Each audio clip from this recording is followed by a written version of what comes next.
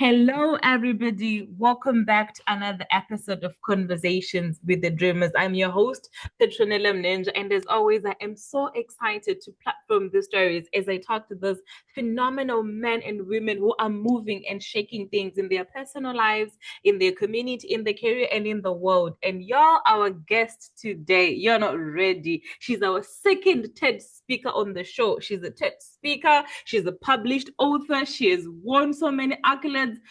I can't even describe this woman. I think if I try, I won't do justice. But we have her today, and the journey started all the way from Seke, and now it's in the United States. I am so excited to welcome you. Welcome, Miss Enet, to Conversations with the Dreamers. How are you today? I am fine, Petronella. Thank you for having me on your show today. Oh, it's such an honor. I literally did a deep dive into you. I even watched you preach in church. I watched you preach in church. I Ah, listened to your TED talk. I listened to your graduate talks you gave when you stood at Hurler University. I'm like, I want to know who this woman is. And it was just so phenomenal. And I'm so excited for the conversation we're going to have today. So, tell us a little bit about you. I know I tried introducing you, but I don't think I can do justice. I think this is going to be a long conversation as we unpack all of it, and I want to hear all of it. So before we start, just tell us who is Miss Annette? well, let me see where I can start. But basically, yeah, as you introduced me, my name is Enet Mukurazita. I am the second born of the late Pascal Gombe and Alice Gombe. Yeah, my parents are from Seke, from Gombe village. I'm now a married woman, and that's why I'm called Enet Mukurazita, and my married family comes from Marondera. I am a mother of two adult twin daughters and a son. Wow. Yeah, who am I? Basically, I believe I'm just a woman called by God just to achieve his purpose here on earth and in various spaces that he has allowed me to be in it.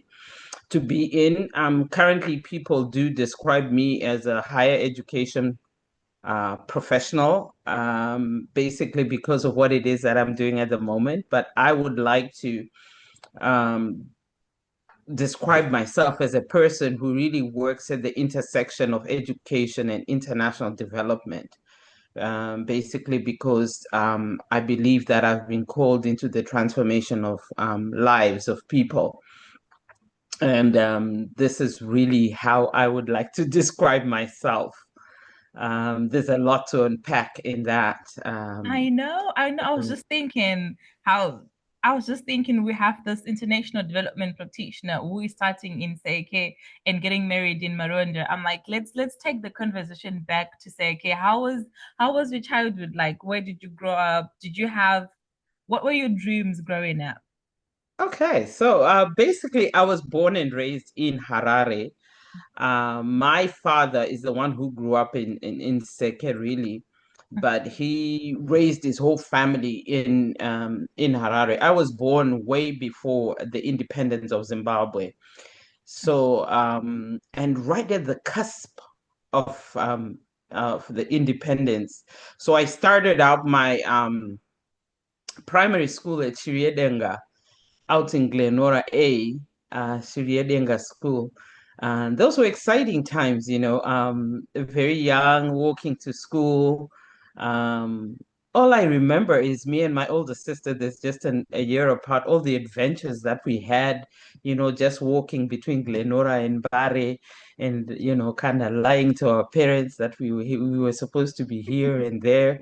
But as soon as independence came, a lot changed for our family in the sense that my father started accumulating wealth and we started to move around. So we moved all the way from Glenora, where we used to live, and we started living in waterfalls. And now living in waterfalls meant that our schools changed. So all Mhm. of a sudden, I found myself in this group A schools. Back then, there used to be group A and group B. So now I found myself in group A schools, and the teachers were white. So, coming from a group B school into a group A school was quite a challenge because now we had to speak English all the time. And I remember the first challenge was that we had to write a story, and I didn't know what a story was. So I just kept writing sentences. And right at the end of each sentence, I would kind of draw what I'm trying to explain. And somehow this is exactly what the teacher wanted, but it started to motivate me to say that, I'm actually learning something. So I started learning things at a at a very young age. And my primary school consisted of basically 6 different schools because that's how much we were moving and changing and changing. And it back then, our family was very small. It was just me and my older sister. And given the fact that my parents didn't have much education in their lives, and my dad really had like 3 years of school, he wanted so much for us that he did everything. And I can tell you, Petty, that really, when I look back at it and I compare to my younger sisters and my older sister and I were spoiled because by 1982 we were in boarding school at Godfrey Huggins School in Marondera. And yeah, it was a group A school, but the standards then were like really private school. Even the matron was actually a white lady. All our teachers were white. But things changed. Things totally changed by grade 7. Life always Yes, life does. life be lifing. Yeah, life be lifing. What happened? Well, by the time grade 7 came, according to our tradition, when an African man is rich, and my mom had 5 girls, and according to our culture, when somebody is rich, they've got to have a male heir. So my my mom dad, has 4 girls, so I'm 4 girls. has 4 girls. So and so many comments have been passed to her, at some Exactly. point in our life. So I'm with you there. Yes. So I believe this is really what happened in the sense that, my father, remember all the education that he had was really informal education because the formal education that he had was just 3 years. So, he was advised and he was told that, all this wealth that you're gonna have, really can be passed on to these girls. You have to have a male heir. So basically, our family became polygamous in the sense that, my father began to marry other women because he was seeking for a male heir.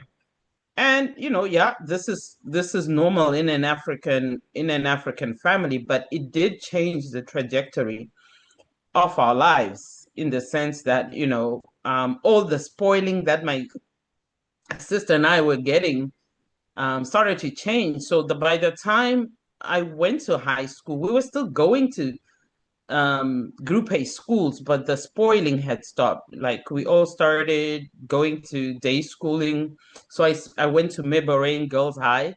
I was a day scholar then. I was no longer a boarder because the family was expanding. So resources became limited, and the family dynamics just started to change.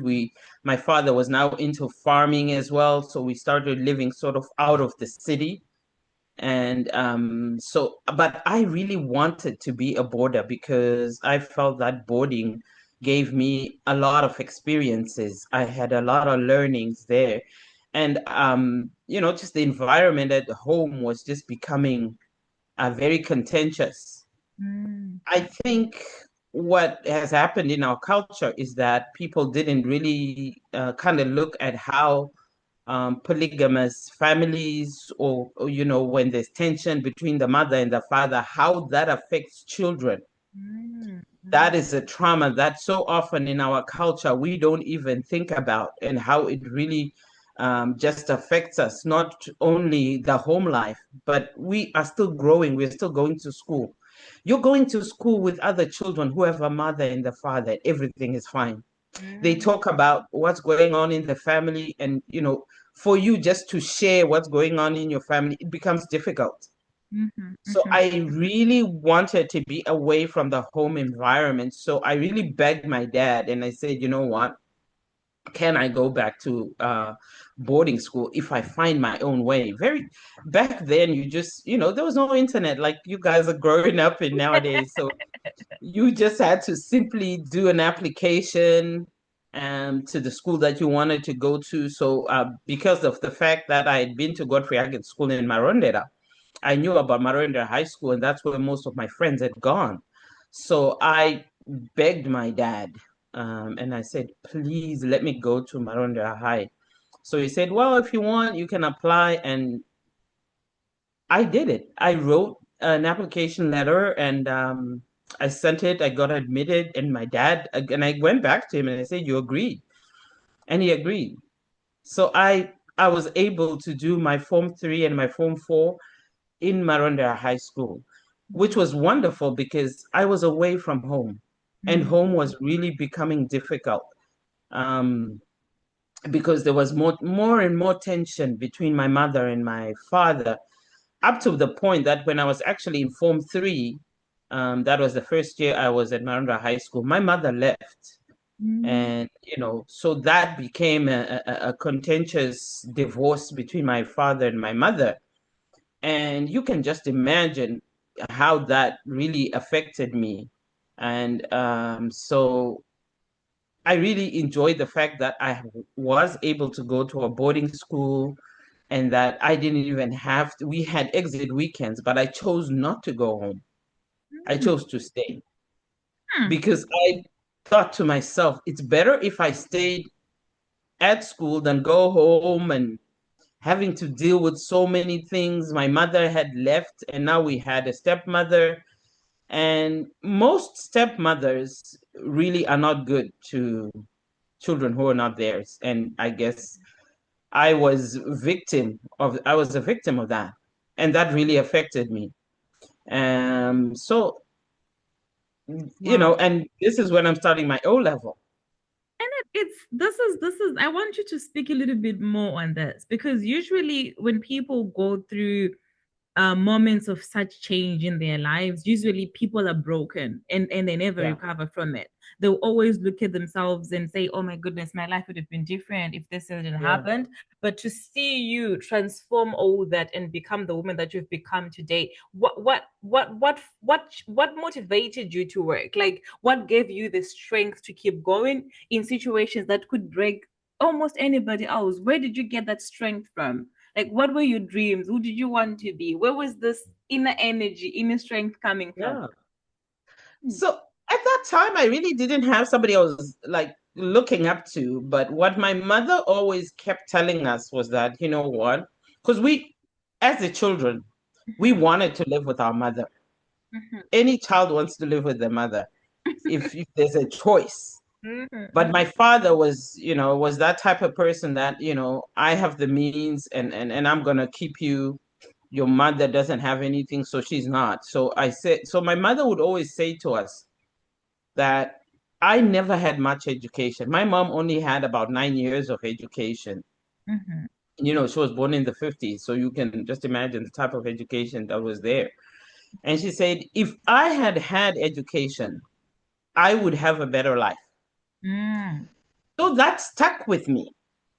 And in Form 3, I was just, as I said, I was just starting my O level, but I was just having so much fun and I felt free. And, I didn't have much to worry about when I was at Marondera High and having so much fun. But the contention at home made me really think, if I don't do well in my O levels, what's going to happen? What am I going to do? I won't have much. So that motivated me to start to work hard. I started to put effort in everything that I did. I was just taking, a laid back approach, even in math. I'd be like, I don't really know it, but I started to apply myself Mm, and I started working hard.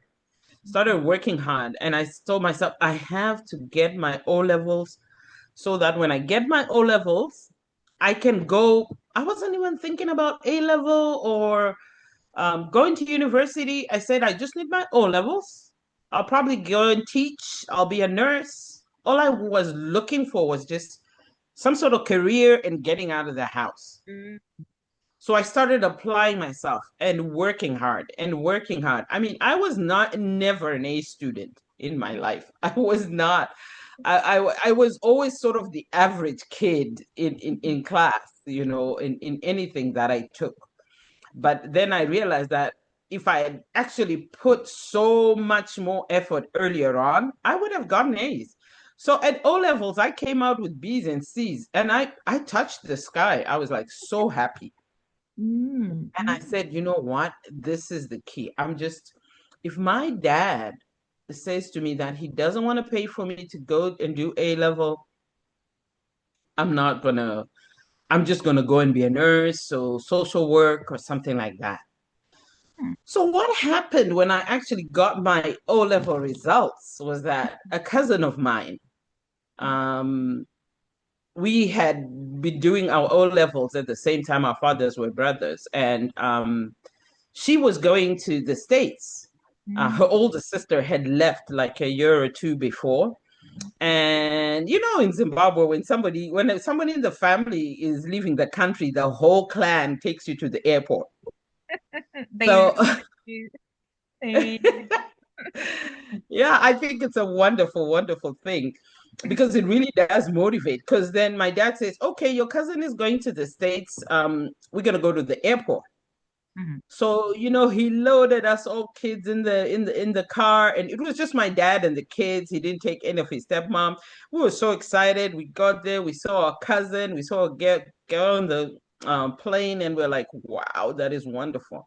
So on our way back from that trip, my dad says to us, I have enough money to send anyone who wants to leave this country to the US or wherever you want to go. Mm, And that for me was my fuel. mm, mm, Now loaded with my O level results, mm, I went to my dad and I said, I want to study in Canada. I had learned about Canada in grade 5 from Miss Thompson, who basically, we drew the Canadian map. We knew all the provinces. We actually used to sing all the provinces. And I could tell you back then what each province produced, and it fascinated me. mm, So when I told my dad, then he's like, well, if you really want to go to Canada, go ahead. And as I said, I'm not the person who sit back and ask somebody else to do it. So back then, no internet. What do? You have to go to the Canadian embassy. Remember, I just finished my O levels. I'm like 16 years old. I said to my dad, I want money. I want to go to the Canadian embassy. So I went to the Canadian embassy. I think back then it was on the corner of 5th Avenue and I forgot the other street. So I went to the Canadian embassy, got there, mm, and I said, "Hi, I'm Enet, and I want to study in Canada." So they didn't tell me anything negative. They gave me this thick book of all colleges and universities in Canada, and I was like, okay. So they said, this is the book. This is what they study. So why don't you just go through it and pick a university or college and just apply? So I mm, went home and I just picked, I don't even remember how many I picked, but one college in Ontario mhm. accepted me with my Wow. O levels. Mm, And, I was over the moon. I actually thought to because I always used to think that you always have to have your A levels to be able to go outside the country. So one they accepted me and they said, because you have O levels, we've never accepted anyone in your country, we're gonna accept you on probation. I said, whatever. as long as you've accepted me. So I went to my dad and I said to my dad, well, you told me to apply and this is it. So I just gave him the admission letter and he was so happy. Mm. And he said, okay, now I want you to do everything that they require for you to go. So I didn't even have a passport. So I went, I got everything. I went back to the embassy. They told me that they gave me a list of things. I had to go to the doctor. I had to find my own passport. And because I was under 18 years old, I had to get permission from my dad and my mom to leave the country.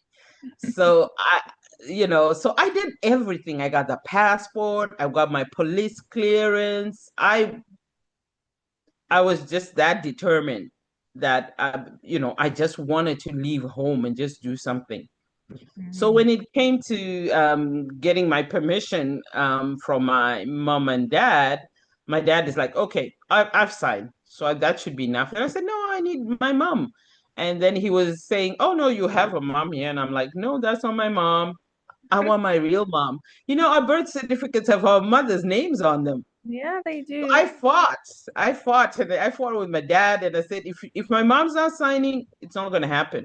What And was she saying now? sorry, Where was she staying now? You said she my had. mom was staying with her brothers. Oh, okay.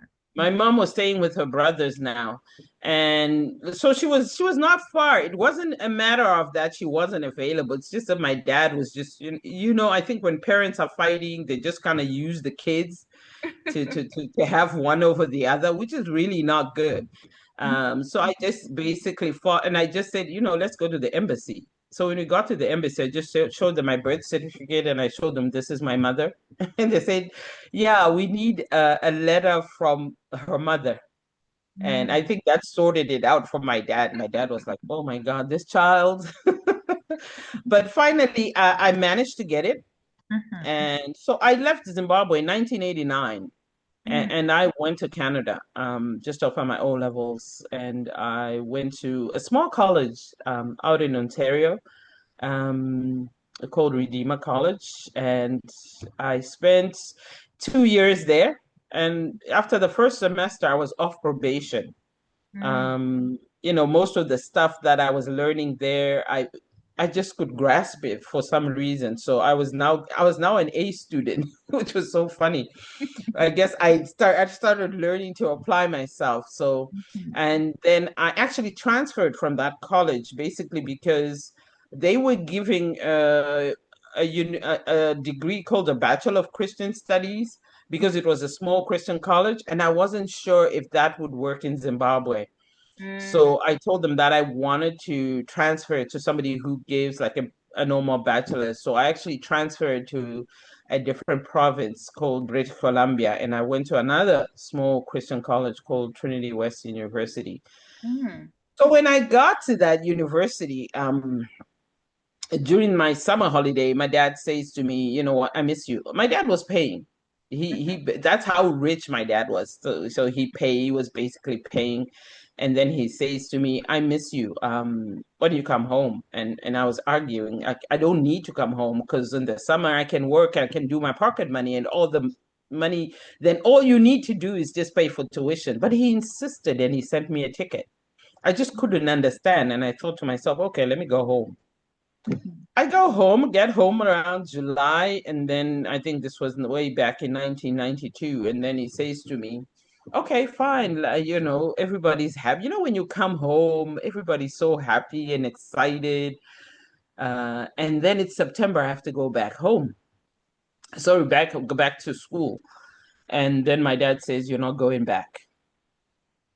I Why? was in the middle of my degree, and my dad says, I don't have any more money. And I'm like, I was really confused because I say to myself, I did argue with you. I did tell you I don't need to come home. I can work but I didn't know what was happening then. But it had been a couple of years of him, still fighting with my mom. The divorce hadn't gone through. I just couldn't understand what was going on because I said to myself, why did you waste money purchasing a ticket? Mm, mm, mm. Because that money could have been used for my tuition. For the tuition. Yeah. Mm. I was mad, Petty. I was. I think that's when I started realizing that my character was just like my dad's. So I just, I was not shy. I just told him, I don't know what you're thinking. I don't know what's happening. Like I know that the family has grown, because now I had little brothers and other little sisters, but why did you do this? But little did I know that it was the scheme of my stepmother, Mm. who actually was saying that most of the money in this family is going to one child, Mm. and I was like, oh my goodness, this was her scheme all along. Mm. And because I overheard her talking to somebody saying that, this child thinks that she can just, go back to the US and all the money will be, I mean, to Canada, and all the money will be spent on her. And I was like, oh man, Hmm. I have How no did money. how did you handle that? Because I think one thing that people who listen to this are going to be grouped by is the fact that you were a teenager at this point. You were still Yeah. a young person. So it's I'm thinking this should have been a lot for you because you're moving to a new country. I moved to the Yes. UK at 24 and it was wow, a culture shock. So I'm thinking Yeah. you're moving in your late teens, you starting a new program, you're transferring to a new school, you're going back home. This is all happening, and you're still a young person. Like, Yeah. how are you dealing with that? How did you navigate that? I think for me, I mean, what kept me grounded was really the fact that my mom always encouraged us to be prayerful. Mm, And I think my mm, Christian faith really, really grounded me because I mm, also went to a Christian college, and then I did, transferred to a Christian university. So I always had this Christian grounding for me, and it really helped me. But I won't lie to you, there was a lot of stress. There was a lot of stress. I guess when I was in school, I didn't have much stress because he paid for my education. And, I would do part-time jobs. So I always had pocket money. But when I went back home, I couldn't believe it. And now my younger sister, who comes after me, she had, I think, a stronger Christian faith than I had. So mm, she said to us, let's pray and let's fast. And this was my first time fasting. And mm, she said, let's fast. God will make a way. And mm, I'm like, okay, I'm just going to do it just basically because maybe it will stop me thinking. So we prayed and we fasted. And then, I went and I told my mom that this was happening. And my mom is like, you know what? You're going to go back to school. And I was like, Mom, how am I going to go back to school? You don't have the money. You're still trying to divorce dad. You are living in she was just hopping between her siblings, houses, mm, and she was trying to make ends meet. mhm, When you're not educated, you're a single woman, what you're gonna do? Fortunately, she had a sister in Zambia, so she used to go to Zambia, buy things, bring them, but whatever money she made, she had to pay a lawyer because she mm, was fighting my dad, who could afford very complicated lawyers, so that's why this whole thing just kept going and going. So my mom said to me, you're going to go back. I'll never forget those words. And I was mhm, like, okay, mom, so what are we going to do? So she says, okay, let's meet in town, and I'm going to knock on every door I can. mm, So that day we started walking around to people that she knew because she used to sell fish. mhm, So she started with all her clients, and she was just, just saying, where can she go and get money for her daughter who's in the middle of a degree outside. And then there's an aunt of ours who used to work in one of the government offices who said, why don't you go to the Minister of Education? At that time, the government had a program where they used to pay for, I think it was a program between Zimbabwe and Canada. And a lot of students were going to Canada on a scholarship. mm, But this program, the people had already been selected. Some had gone. It had been a couple of years. So she said, why don't you just go and find out if you can be put on that program? So when we got to the Minister of Education, it was on 4th Street. I won't forget that. We walked into this guy's office, and my mom explained the situation, saying, this is my daughter, and bloody, bloody. And then the guy says, well, we have this program, but it's unfortunate that she can't be part of the program because people have already left and the next batch of students have already been selected. So, and she's in the middle of. But what you can do is, why don't you write an application letter and explain your story? So I actually left an application letter to the government, and I said, I am looking for help to finish my education, and this is what has happened, and I left. So a week later, my mom says that our aunt who had referred us to this person said that guy said we should come and see him. We got there, and this guy says the government of Zimbabwe will finish paying for your education. Wow. Wow. Wow. I was in tears. Wow. Wow. I couldn't believe it. I said, wow, that's my mom who did that.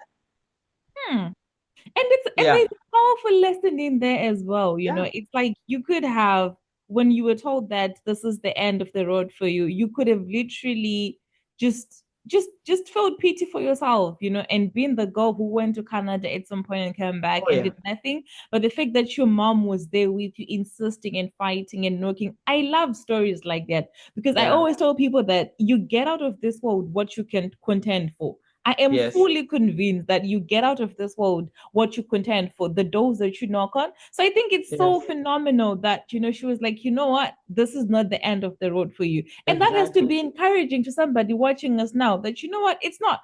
And you know how parents not having school fees for kids in Zim, it's a common theme.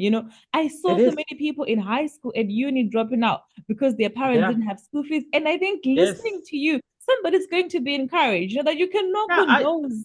Somebody will open. That's amazing. So what then happened after that? You went back to Canada. Well, just before they said that, we could pay for your education, but we don't have money for the ticket to go back.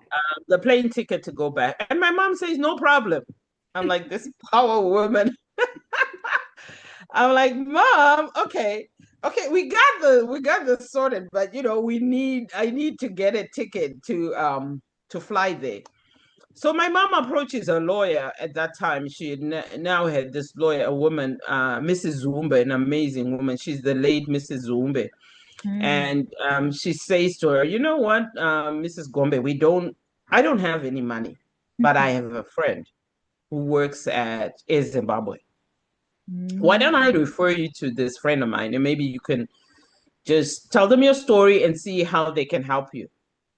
So here's my mom. We go all the way to the airport, and we get to and we say we want to see so and so, and this friend turns out to be the CEO of Air Zimbabwe at that time.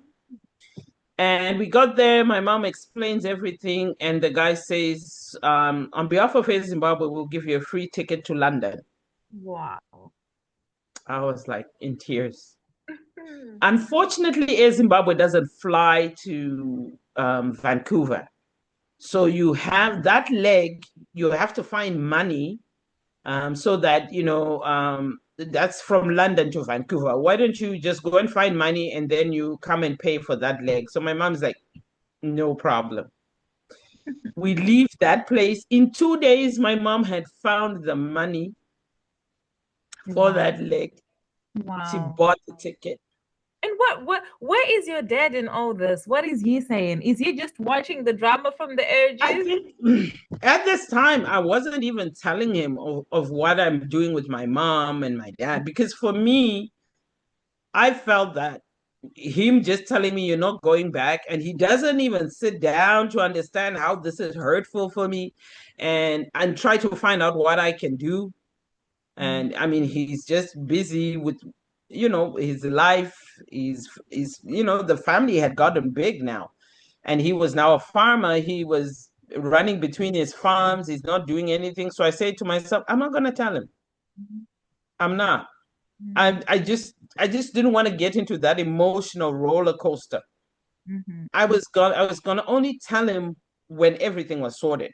And he had a farm in Chinoi. We were living in Rua on another farm. So the day that I was leaving, I called him and he was in Chinoy and I said, I'm going back to school. And he says, to school? And I said, yes, I'm going back to Canada.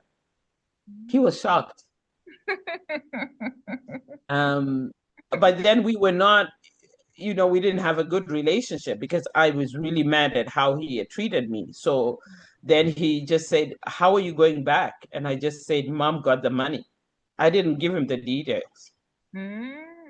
I just said, Mom got the money and I'm leaving tonight. And he was like, oh, okay, why don't you go to your uncle? I'll call him right now. He'll give you some money to travel. Yeah, so I left, went back, and I completed my degree. And I never talked to my dad for the rest of my degree. I was really mad at how he had treated me, basically because I felt that he had the money, but he just had received some, he had been persuaded that he was spending a lot of money on me. And I thought it was really unfair because he had agreed that I could go. But anyway, I completed my degree. And when I completed and I graduated, my mom said to me, no matter what happens, he's your dad. And I want you to thank him for what he did. Because he did this only for you, not for any other child. And that was a great lesson for me because I really didn't want to talk to my dad. And so I took my biggest graduation picture and I wrote, and I thanked him. And I said, I thank you for what you did. I won't lie to you, I was upset that you didn't finish. Halfway through, you told me this. And but I want to thank you. But I just want to tell you that I came to get my education, my degree, and I have it. And I hope you're proud of me. And what did you say? He didn't respond. So I came back home in 1993 or 94, I forgot now. But when I came back home and I told him that I'm back home now, he came the next day and he said, you have made me so proud, my daughter. So now we were on a new path. So as soon as I was home, I in about 10 days, I started working for Specialist Computers. I don't think it exists anymore. So I started supporting an accounting software called ACPAC. And so my dad was so proud. So now I was like his poster child for all his children. He was like, I want every child to be like Enet. If I can send a girl all the way to Canada and she comes back with her education, because all my little brothers and sisters would be like, your graduation picture was by the mental, by the, and if anybody fell out of line or didn't do well in school, I became a benchmark. And that's a beautiful story as well. And I think it's also a healing conversations because I think parents' children's relationships with their children is a very contentious issue. And I think it's healing hearing you talk about how you fell out with your dad for a few years, but somehow managed to bridge the gap. Because I had somebody say there's a difference between weakness and wickedness. And sometimes when our parents are raising us, they're also raising themselves. So sometimes we need to give them the grace. So I think it's healing and it's liberating. I have a friend who says, at this point, I want to get into a boxing ring with my dad. Like, I feel like we should just fight it out, Yes. So I feel like it's very healing for you to say, and I feel it really, really contributes to the work that you do, showing that there is healing. Totally. You can always reconcile. It doesn't have to be today, but there is room for reconciliation. And everybody deserves a second chance. Totally. One of my previous guests, Dr. Ethel Mpambra, who has this multi-million-dollar microfinance company, had fallen out with her dad after O levels because he wanted her to marry somebody else. And she literally ran away from home and got a scholarship for her A levels. When she came back, he started walking around with her results slip, telling everybody, my daughter Yes. did it, you know? Oh, yeah. And then, so I think it's healing, and it also helps people to give their parents grace. They are human beings. They're not always going to get it right. They're human beings. They're human beings. We're now back in Harare. We're working at Spaces. How did we manage to go back to the US and become a tech Oh speaker? my God. Like, how did that journey happen? Where did the calling, the Ubuntu calling come from? Oh my God. So I worked for a couple of years sort of in the IT industry, and I was really, because I did a business undergrad. So the business world for me just became sort of a rat race. But because of my experience and my mother's life, I was not interested in the business world. I was interested in working with people and transforming their lives. So I just didn't have the experience sort of to transition to the NGO world because I had a business degree. And I think this is something, hopefully, that somebody will learn, that even though you are trained in the business world, don't limit yourself to what God has called you, to what passion God has called you, because He will make you useful in wherever He calls you. Because for me, I had this strong urge of just working with people, especially women, just realizing that I had to fight for my education as a woman, and my father had the money. And I'm thinking to myself, what about other girls whose fathers don't have the money, where they have to choose, should we educate the girl or should we educate the boy? And I wanted to sort of go into that space. And I had a friend at church. She was working in the NGO world. And I said, you know what? How do I sort of transition into this kind of space? And I think at that time, there was a newsletter that used to go around. I've forgotten the name. And they would advertise jobs at the bottom. And I applied to this organization called Young Africa out in Chitungwiza. And fortunately, they hired me. And for me, that was transformational. I love that work. I worked for the organization almost 10 years and their mission was taking young people who never had the opportunity maybe to get to high school, or who did make it to high school, but never could finish. Because remember, we had the AIDS scourge in our country, and a lot of people were orphans. So people come to this center and they are taught skills of the hands. Young people coming from all walks of life, they will come and they'll become tailors, they'll become carpenters. It was just transformational work, just seeing a young person come and saying, you know what, I lost my mother, I lost my father. I had to go back to the rural areas. I lived with my grandmother. And nobody, there was no money for me. I only got up to Form 1. I only got up to Form 3. And now you have this. We used to charge very little to say that, maybe they would pay like $10 a month. And then the other part was subsidized, and we had donors and people would come. But just seeing the it transformed me. And I was like, Lord, this is what you've called me to be. But I felt that I didn't have enough education. I had the business knowledge, but I didn't have enough education in that space. So I had the opportunity. I got a scholarship to do a diploma in South Africa at this wonderful place I think it's called the Grail in Cape Town, where they do an international development diploma. And that introduced me to international development work. I mean, the administration part, yeah, that's because of my business degree. That's where I was working in. But, just working with underprivileged communities, and that diploma was wonderful for me. And I really wanted to do a master's in sustainable international development. So I started looking around to see where could I go. They were really affiliated to a university in Ireland, but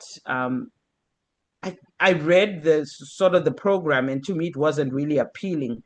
But then the way I decided which country that I would go to was just trying to look at the international development funds that come into Zimbabwe, who was spending the most in international development. And I realized it was the US. And I had the opportunity of working with USID. And at that time, the head of the USID in Zimbabwe nominated me for the International Visitor Leadership Program, which is one of the premier exchange programs that you don't apply to. You are nominated by a US citizen who's working in your country. So I got the opportunity to come to the US in 2016 on this IVLP program for entrepreneurship and women entrepreneurs. So we spent, is it 3 weeks? Yeah, we spent 3 weeks here in the US. So we started out in, we flew into Washington, and there were 23 women from 22 different countries in low to middle income countries. So people were really coming really from the global south, and we were just learning from each other what people were doing. Some of them were women entrepreneurs. Some of them were like me, who work with young people who we train to become entrepreneurs. And so we started out in Washington, and then we went to San Francisco. And in San Francisco, we went to Sacramento, then to Akron, Ohio, then to New York. So in all these places, we were meeting people who work on entrepreneurship specifically for women, or who train entrepreneurs. And that transformed me. I was like, there's so much that we need to do in the global south that we're not doing. But I just felt so incapacitated that I really didn't feel that I could really implement all that I had learned in the US. So when I came back, I said to myself, I need to apply for a master's in international development. So that I can get more skills. And I started looking at the US because I had more information now. So I applied to Brandeis University out in Massachusetts in Boston, and they accepted me. Wow. I think that's one thing we have in common as well. Like I did my MPhil at Oxford was in international development. So I'm a development practitioner as well. So I think it's very lovely hearing that. And I think also something you said, is I think I'm more like you. Like, I love how each time you talk about something, you talk about how you were transformed with it. I always tell people that my superpower is the ability to be inspired. Literally anything can inspire me. So I think it's very, very interesting hearing from you, and the fact that you took a pivot in your career. That's really, really inspiring. I know so many people that are burnt out, that feel like they don't have an option, but they feel like I can't. What if I don't figure? What if I don't make it work in this area? What if I don't get it right? So I think it's very, very inspiring hearing somebody say, I had a career in business and I pivoted because I felt passionate about this, and look at where it has taken you. So I think it's a gentle nudge, a gentle reminder to somebody watching us that, you know what, you can, as long as you're willing to learn, you can pivot, and there is literally endless opportunities for you. So thank you for sharing that. Like, that resonated with me. Like, you can always pivot, be willing to learn, and you will get where you're supposed to go. So thank you for sharing that. Sorry, I interjected. You were telling me about the scholarship now. So well, we're now studying international development. How was that journey like? Oh, that was a wonderful journey. I mean, it's so awesome. I came into a classroom where I had the experience, but I didn't have the education. So there was a difference, because there were some young people in that class who had the education but didn't have the experience. So your learning becomes different. Your learning becomes different. Even your interaction with the professors becomes different. I remember sitting in the economics class and the professor talking about transportation and transportation systems. And I was like, yo, this will not happen in Africa. We do not have a transportation system like you guys have. We have combis. I know it's And the whole class just like looking at me. And I'm like, I'm here to learn. And I'm here to learn so that I can go and apply. So yeah. how would I apply this in the world where I come from, in what I'm doing? So that's what made it so interesting for me, because I was able to give real life examples.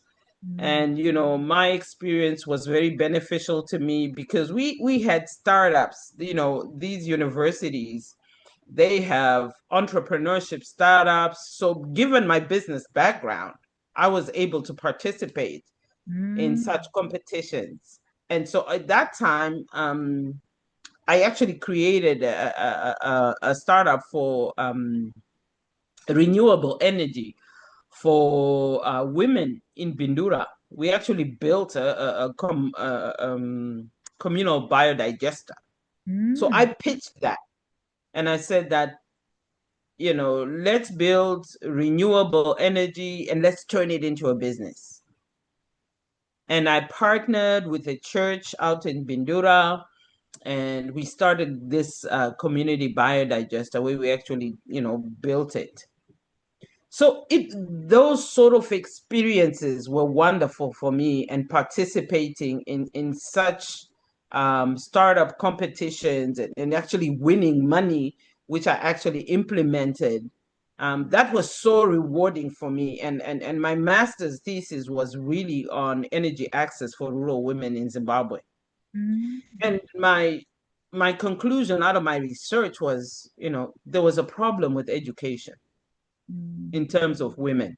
And when I talk about women, I'm talking about rural women who didn't get the opportunity to go to formal schooling. So that piqued my interest. And then my professor said to me, so what are you going to do? And I said, I really want to pursue this further. So they said, what, have you ever thought about going for a PhD? I'm like, what? Never, ever. I've never thought about going for a PhD. So they said, there's a program at the University of Minnesota. It's organizational leadership, policy, and development. And it sort of sits at the intersection of international development and education. And I was like, oh, okay. Let me try. So they said, no, try. I tried. They gave me the recommendations. And to my shock, they accepted me. I was like, wow. I couldn't believe it. And I was just like, I don't know anyone in my clan who has a PhD. Wow. But I guess when people see me, they just see me as, oh, she's a type of person who's going for it, and I'm a person who I try things because I say to myself, if God doesn't want to open that door, then it's not my door. Yeah. I'm like that as well. I'm like the worst you can get is a no. Like if you want to send an email, like send it. If you get a no, you can delete it and act like it never happened. Like, Exactly. it's Exactly. the worst you can do is a no. Wow. Oh my goodness. This is phenomenal. And thank you so much, for all that. Now we can talk about Miss Enet now and what she's doing. But I always love talking about that whole journey, because usually when people talk to you now, they want to talk to you about your expertise and your knowledge, which is very valuable. But very few people focus on the journey. But what I want is to talk about that journey so that people, like the goals we left in Zim, can see that, because when people look at you and they hear, and Miss Enet, a TED speaker, a PhD person, you are unrelatable. They can't relate with you. But if you tell them, I did have school fees, I went to the government, your story resonates. And that's why I started this series, so that we can hear that journey. And thank you for that. Sorry, now let's talk about Miss Enet in all her full glory, with the awards, the whatever. Tell us what's going on. Where are the couldn't list the So, awards. I tried remembering them, but I couldn't remember all of them. So tell us about the so awards and the work you're doing now. oh my goodness. So yeah, coming here to the University of Minnesota in the College of Education and Human Development has been such a blessing. You know, I came to my PhD program with no scholarship. I know when people hear about PhD, they think everybody has a scholarship. But I always tell people I was on God's scholarship because God provided for me all the way. And I encourage people not to limit themselves because they say, I don't have a scholarship. And now I actually help people to actually apply for higher education here in the US. And I've been doing that for women for free. I actually have somebody who graduated in May who I helped last year. I had a whole group, a whole WhatsApp group, and this one lady said, I'm going to try. And I said, I'm going to work with you. She did. She came, she graduated, and now she's working. Because I believe that where there's purpose, there's provision. So I always encourage, especially my children, do not say no to any opportunity that God gives you. He will provide. He's faithful. He will provide. And I've seen him provide for me through this PhD. I defend my PhD in less than 2 months. I don't owe anybody anything. God has provided for this PhD. So in this journey, it has been wonderful. It has been exhilarating. So when I came in, I really wanted to study, women's education, especially rural women. And I struggled, I guess, in my first year trying to kind of pinpoint exactly what I wanted to study until my current supervisors for my PhD came and they started courses on Indigenous education. And I was like, wow. So I took this class, Indigenous, it was culture and education. And that really was like, okay, this is what I want to study. I want to go back into my culture. I want to go back into starting to look at these women who people say are not educated because they're in the rural areas. What is education? What is learning? And I started looking back at my dad and I say, my dad went to school for 3 years, but he basically, when I convert what he had, he was a millionaire with 3 years of education. So, I mean, how did he learn? How did he move from that to, how did he learn all about, business and getting to the point where he can send his daughter all the way to Canada and pay for her? He had to use some knowledge. I'm telling you, Patty, I understand my dad much more now that I'm a PhD student. Having gone back and just started to think, how do we learn as Africans? We learn differently. So just going back to the way we live, our Ubuntu, we learn in community and with community. When we are babies, we learn from our mothers. Then when we become toddlers, we're playing with other people and we're learning, we're going. And then we're from the family, it becomes a bigger circle and we start learning in the community and it becomes bigger and big. And this is our knowledge system. This is how knowledge is transferred. So this is how we learn. So I started investigating that. And I settled on how Ubuntu is our way of learning as Africans. And I wanted to investigate that and also investigate how we oscillate from our African epistemology to the Western epistemology. And I zeroed in on these women that I have a passion for in the rural area to say that they are receiving entrepreneurship education. But this entrepreneurship education is designed in the West. And it comes to them in Makoni district, right there in Rukweza. It is designed in Europe or in the US. by some professor, maybe Professor Enet from the US. But she doesn't know my Janet from Rukweza who's taking this. Wow. Wow. And then from, bringing in my international development experience, just realizing how much money is spent on entrepreneurship training for rural women. It's billions of dollars. But are we creating entrepreneurs in the rural area? They are defined as necessity entrepreneurs. So are they spending billions to create necessity entrepreneurs? So is this entrepreneurship training or it's international development? I mean, that's another. Wow. That's definitely another research. I feel like I'm in a PhD module section. I feel like taking out my notebook and writing notes. I feel like I'm learning. One moment I was in church, I wanted to shout amen. And now I'm like, oh, this is such a ride. This is an experience. I'm oscillating between shouting amen, and taking notes. So I mean, my study has really been about studying these women in rural Zimbabwe who receive this Western design entrepreneurship training, but they have a different learning system. And I'm at the point of actually concluding, and I'm defending my thesis September 12th. Wow. I can't wait. I'm so excited to share that what I've learned. That as Africans, we have so much to teach this world about the way we learn, and that there are women in rural Zimbabwe doing amazing things, but the world doesn't know. Because the way we measure success is not according to how we learn and how we live.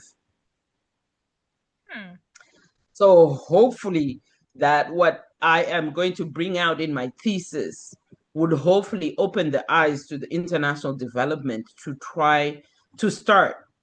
I don't want them to try. I wanted to start to develop entrepreneurship training differently. And think about these women, because we have women who are purchasing cars in rural Zimbabwe.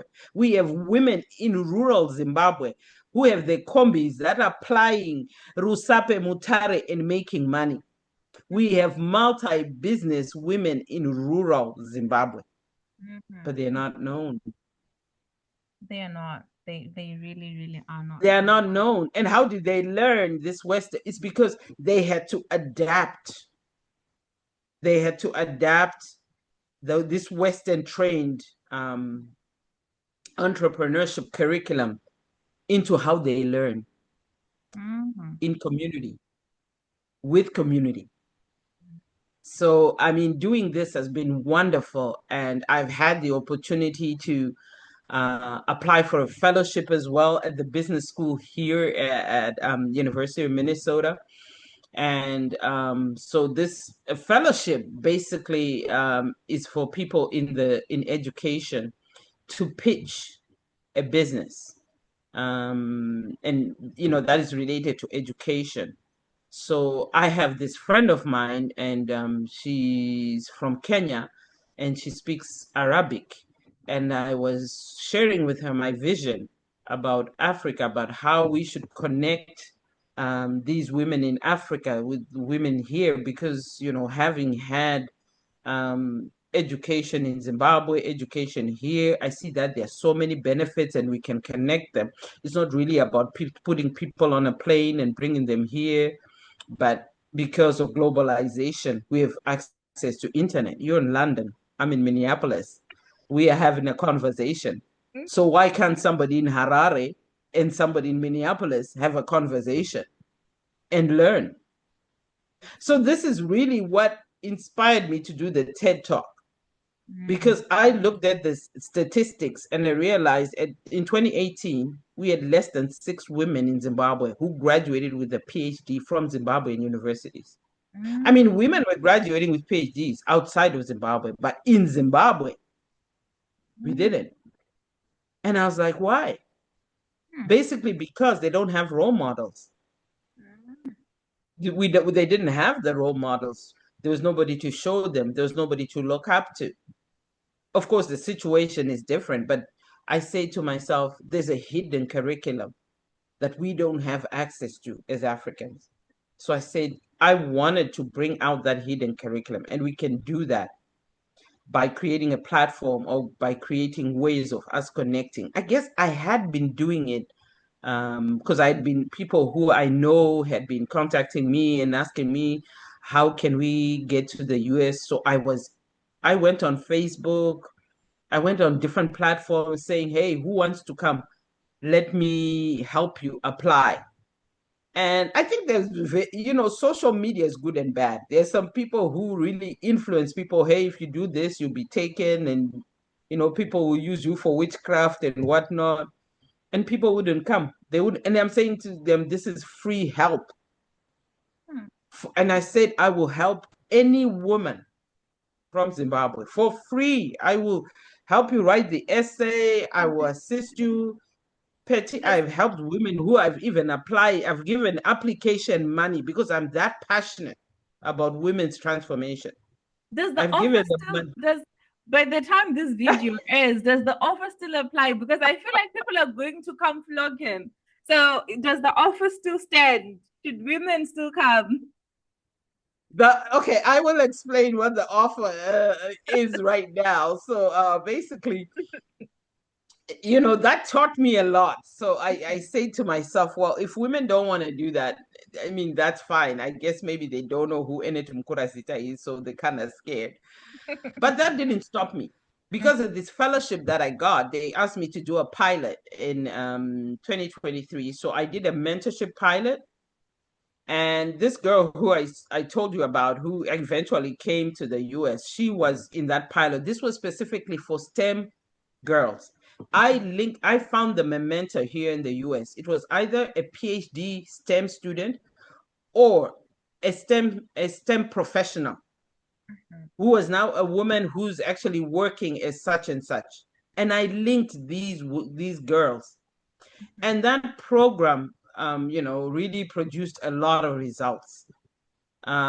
Women were transformed in the sense that, they were struggling because a lot of the STEM spaces were not created for women. I remember one girl sharing that, I'm the only girl in this master's program in a university in Zimbabwe. And we have to stay in the lab, but because I'm a woman, I have to go home early. So the guys tend to stay. They stay with the supervisor. So now the guys are writing papers with the supervisor. They're getting all the treatment so that they can move forward. And eventually, of course, they will get scholarships and get to a PhD. But this girl, she has to go home early because she can't leave late. So these things might seem mundane or not important, but this is what they're facing. But, now by being connected to a mentor who then told her that, you know what, when you're at home, you can do this, and that, so that you're at par with these boys. And you can always inform your supervisor, I am willing and able to assist you write an article. This changed for these women. So now they said, okay, we are going to fund you to start an organization.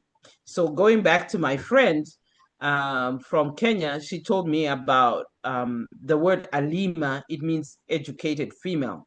So this is how I created Alimah International, because I said we need more women who are educated. Sure. So now I created Alimah International, and I said I need to connect more women, because if mentorship can actually bring these sort of results, what can we do? So then I created a PhD virtual exchange.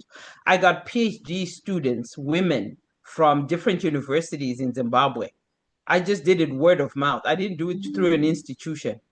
I found this person who knew this person who knew this person, finally got a bunch of women, and we connected them to female PhD students here. We did a virtual workshop. We met every 2 weeks. I invited female professors. We talked about different topics. And from that, they created their own website for grant management. And from that, we managed to write a paper which we presented at a conference in Chicago, and one Zimbabwean woman came, and it has been phenomenal. And one of the participants was from South Africa. She actually applied for the Mandela Washington Fellowship. And you know what God does? She's right here in Minnesota today. And she Wow. used her experience with Alimah International to apply for the Mandela Washington Fellowship. And she got it. And as God would have it, she was allocated to come here to the University of Minnesota. So I'm meeting her this week. I'm just in tears at what God can do.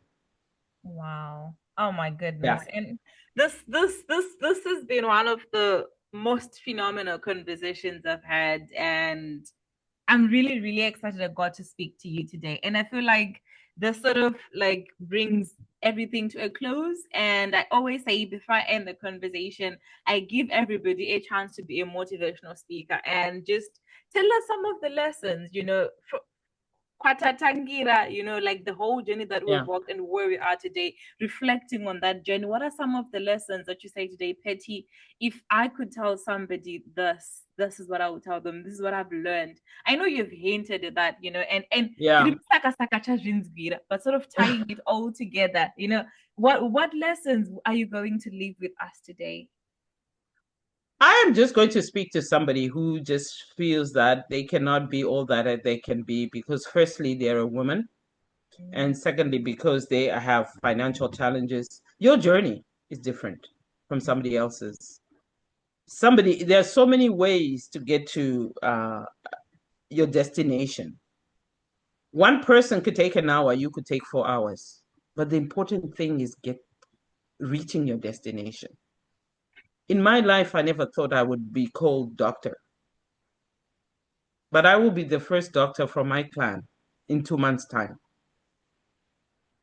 My father was never educated. 3 years of schooling, my mother 9 years. And one of their children will be a doctor.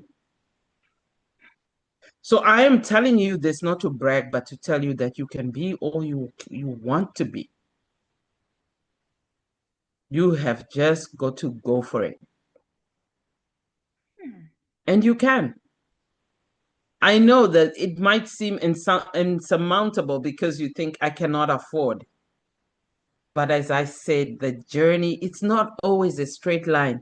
You might need to go this way, but then you can also go back into that track. Do not give up. Do not give up at all. You can do it. You can. And if you want to chat, find me. I'm on Facebook. I'm on LinkedIn. Let's come have a chat. I love to have chats. I love to motivate, especially women. And I know a lot of males now come to me and say, "Do you only work with?" I say, "No, I can work with you, my son. I have a son. I Wow. have a son. Mm. So feel free to get a hold of me. But hey, just remember, you're fearfully and wonderfully made, and nothing is impossible because the earth is the Lord's and the fullness thereof. So you can do this. You got this." You know what? That's amazing because my absolute favorite saying in Shona is Atunga miraha turinzira. And I think Mhm. if there's one thing that God had to teach me with my own journey is that because when I finished A level, everybody that I knew went to university and I was at home Yeah. for a whole year. And at some point, I Mhm. actually contemplated suicide because I didn't even know what was going to be. I didn't have the answer to the question, which was very open. And then I Yeah. look at what God did in a decade. He compressed so many things for me in a Yes. decade, Yes. that would have taken me 2 lifetimes. So when I hear Yeah. you tell people, could you get there? It's refreshing because I don't have to say it. They're looking at you and they're thinking, we can absolutely do it. And it doesn't have to be straightforward, Anzi. Yes. Kushika kuamerica ndogona kuuya nekucanada ndogona kuuya nekudubai ndogona Yes. kuuya nekuqatar asi ndosvika Exactly. chete, so the journey doesn't Amen. have to look the same for everybody. Yes. Y'all Exactly. had it from Miss Enet, people. And wow, Miss Enet, before I conclude, do you have any final parting shots for us today? No, I just want to say to somebody else out there, you've got this. Don't give up on your dream. Mm, Don't give up on your dream. God will always provide the destiny helpers. If I could tell you that when I was in, just a little side note, when I was in Brandeis, I have a US billionaire who paid $5,000 of my tuition. Wow. I don't know. He didn't know me. I just wrote him an email and explained that I'm short 5,000 and they paid. So this is what I'm saying, that God will bring destiny helpers for you. God will do it. So don't give up. I feel like if I have to say anything beyond that, I would just be doing injustice to this whole entire conversation. You heard Yeah. it from the one and only Miss Enet. You know what? When I upload the video, I will put your bio. I'll also attach your name, her full name, and your handles. You can find her on LinkedIn, on Facebook. Are you on Instagram? I'm not on Instagram. I know my daughters are like, Mom. Okay, as soon as I complete my PhD, I just can't keep up. I I will know. definitely come on Instagram. Awesome. No, that's fine. So when the video becomes available, I'll attach here at LinkedIn and Facebook. And y'all, please reach out. I started this podcast because I believe in the power of stories. I've been changed by stories and I've seen my story change people's lives. So each time I get an opportunity, I will sit with people as phenomenal as Miss Annette here and listen to your story. So I would definitely put her details and on the description. Get in touch with her for motivation, for inspiration, for encouragement. And I can promise you, your life won't be the same. This has been the most enjoyable 1 hour, 30 minutes of my life in a long time. And I want that for people as well. So, Miss Annette, thank you so much for joining me today. Thank you, Um, Betty. God bless you. oh, Yeah. thank you so much. And everybody else, thank you so much for joining us today. And as you heard for yourself, it was a phenomenal episode. And if you enjoyed this episode, please like the channel, please subscribe and turn on the notification button so that each time a video becomes available, you'll be the first one to know. So until next time.